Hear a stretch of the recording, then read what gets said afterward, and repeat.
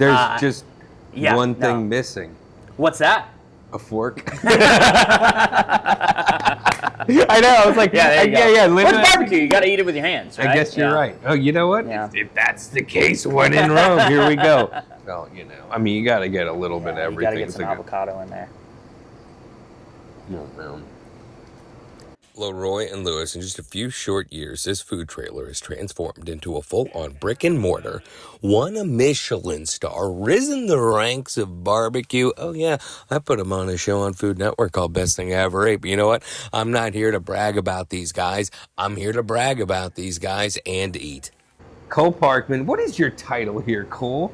They say it's pitmaster, so You're a I guess I'll pitmaster. go with that one. Okay. Yeah, we'll go with that one. I don't know that I've earned that, but we'll go with that one. We can ask Evan that later. But Leroy and Lewis, you've been here 4 years now? Yeah, just a little over 4, about 4.5, yeah. This was one of the places with the exception of Michelin doing kind of some of their special stuff, this to me is like new chapter of Texas craft barbecue. Yeah, for sure. Smoked different.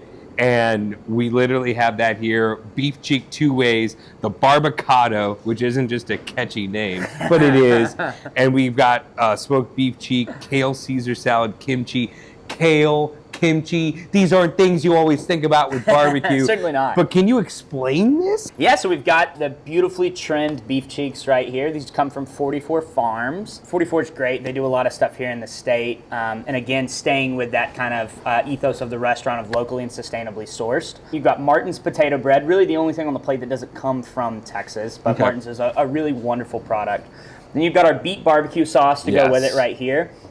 Pickled red onion made in-house, regular dill cucumber pickles made in-house, smoked and then pickled jalapenos, which I think is a really fun way to do that. Yeah, so we'll cut them on a mandolin and smoke them really low for a little bit, and then they get pickled in a really nice brine with just a touch of turmeric in there that really sets that off. Okay. Then we've got house-made kimchi. The kimchi is a really fun story. When Evan was at Friedman's, somebody kind of brought that in, was eating kimchi with the brisket, and I think he saw that and was like, okay, we can really do this. No kidding, really? One of the original hires, Ben from Casper Fermentables in town. Yeah. And Ben gave Evan the original recipe for his kimchi, and that's kind of what we've based this kimchi recipe off of. Yeah.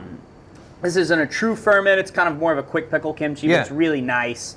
It just goes with the barbecue so well. And then, of course, the kale Caesar salad. That's one of those things where I don't know if that was Brad, I don't know if that was Evan, but it's a really, really wonderful dish. It's probably, like most of the things on the menu, a product of both of their minds. My barbecue palate really was built in Austin, Texas, right? Yeah. And immediately I was eating brisket and I was like, oh yeah, there happened to be barbecue sauce on the table.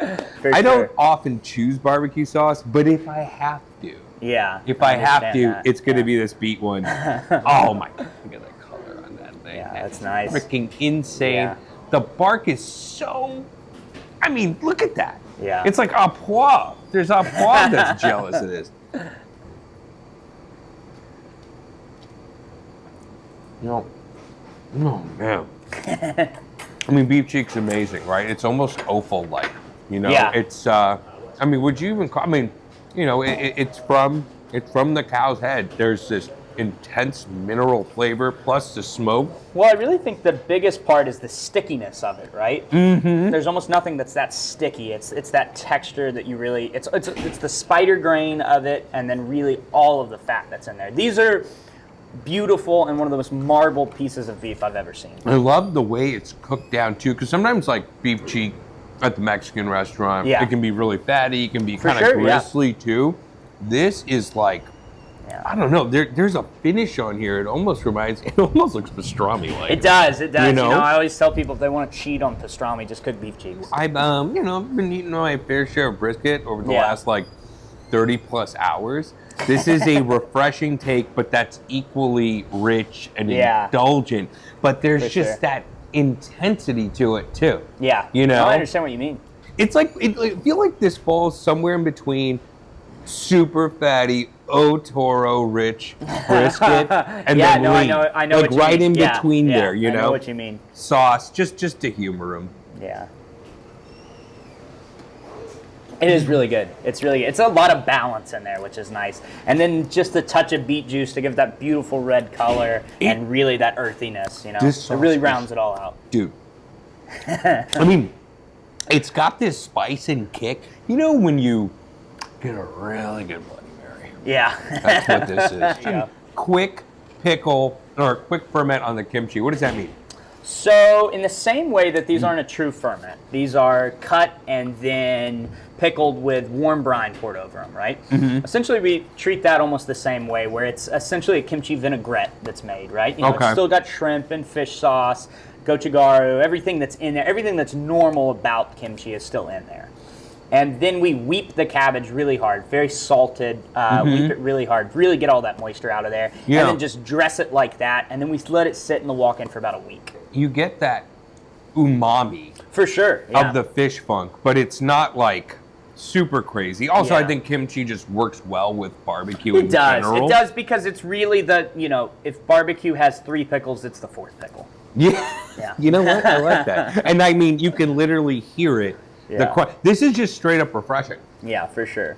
Just in the same way that, you know, the Germans that settled Central Texas brought in sauerkraut, and Right. that's what they were eating with barbecue. The Koreans have brought in that, and it's very good, and it works in the same ways that sauerkraut does. I mean, I don't know if that fights scurvy, but, you know, Yeah, well, the other dude. ways that sauerkraut works. The barvocado, this was on Best Thing I Ever Ate. Yeah. Let's talk about this dish right here. Barvocado is very cool. It's the Leroy and Lewis version of a barbecue baked potato, right? So instead of a barbecue like that. place, you know, they're famous in Houston.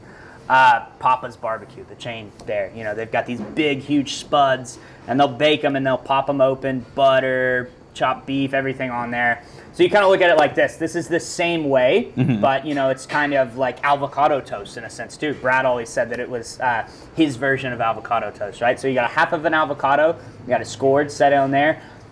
Barbacoa, which is the excess product from the beef cheek, right? So this is smoked and cone-feed just like that, but then we pull it. Then it's got homemade jalapeno salsa on there, a little queso fresco, little diced white onion, fresh every day, and then fresh picked cilantro on there as well. I think this is actually a very balanced dish. It really is. It really is. You know, it's good fat and bad fat. It ain't gonna Yeah. kill you. Yeah, I You know, agree. there's fiber in there too. Barvocado time. Here we go. Yeah, there we go. It's an interesting technique. I like this technique. Oh, did I do it Put right? out. No, I mean, Oh. everybody eats it, you know. There's no wrong way to do it. Well, you know, I mean, you got to get a little bit of You everything. gotta get some to go- avocado in there. No. Does it live up? It's exactly what you said. It's I wouldn't even call it good fat and bad fat, but Yeah. it's a tale of two fats. Yeah. The spread of that is so good. I also find myself eating avocados all the time. It's like a necessary food for me now. Yeah. I probably eat like 3 or 4 a week. They're great. And Fantastic. it works so good. You know, I remember on Best Thing I Ever Ate, Yeah. Eddie, shout out to Eddie. He would be like, "Is this your avocado toast?" And I'm like, "Yes, it is. This is my avocado. My avocado awesome. toast Yeah. is a barvocado toast." Yeah, there you You go. know? Yeah. That's And- the perfect way to eat it. That's like I said, that's the way that Brad always kind of pitched the dish. So you confit the cheek too, We right? confit the cheek and we confit the barbacoa. Yeah. Like, look at that. Look at that green monster. This should make one hell of a freaking burrito. Oh yeah. Dude, That you would. could sell that to Chipotle and just shut the doors. Dude, hell yeah. I'll say this. I was freaking excited when I was watching the live stream and I saw that you guys won a Michelin star. What was that like for you? I was ecstatic. I didn't realize that everybody was here watching it on the live stream, right? So Evan and Lindsay are in Houston, obviously at the award show. I was keeping up with it on my phone. Admittedly, I was watching a football game that night. As it kind of goes on and goes on, I'm thinking, man, like, either they invited him there for nothing or I was like, we're going to get something better than this, you know? Yeah. We're going to get something better. Sure enough, when one thing led to another, I was like, I got to get to the restaurant. I got to get to the restaurant and be with everybody, right? Yeah. I eventually got here. We got the star. I couldn't believe it. You know, I was in total shock. Not that we couldn't have done it, just that, you know, Michelin decided to recognize barbecue like that. Agreed. It was very, Agreed. very cool. Yeah, very surreal. This is not your Mima's barbecue. It's not. It's not. I straight up in 2018, I was freaking blown away by Yeah. you guys. The only thing that's blown me away more, since 2018 is a flat iron, which they ran out on. Yeah, we're out of today. And if that's not a hint for you to come here and try it, I don't know what else is. Dude, Yeah. congrats. Thank you so much. I appreciate it.